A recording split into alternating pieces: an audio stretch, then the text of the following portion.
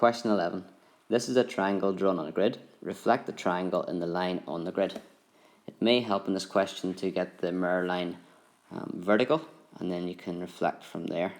Now, if you do that, you'll notice these squares are not actually square, they're rectangles, so it's a wee bit messed up, to be honest. But the idea would be that you go one diagonal, which would be to here,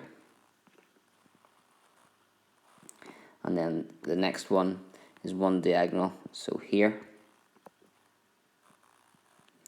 and the top one is two diagonals, so 1, 2, which would be over here. And then you join them up.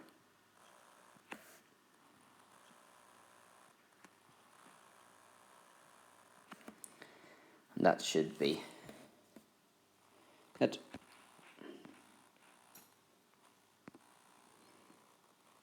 Reflected.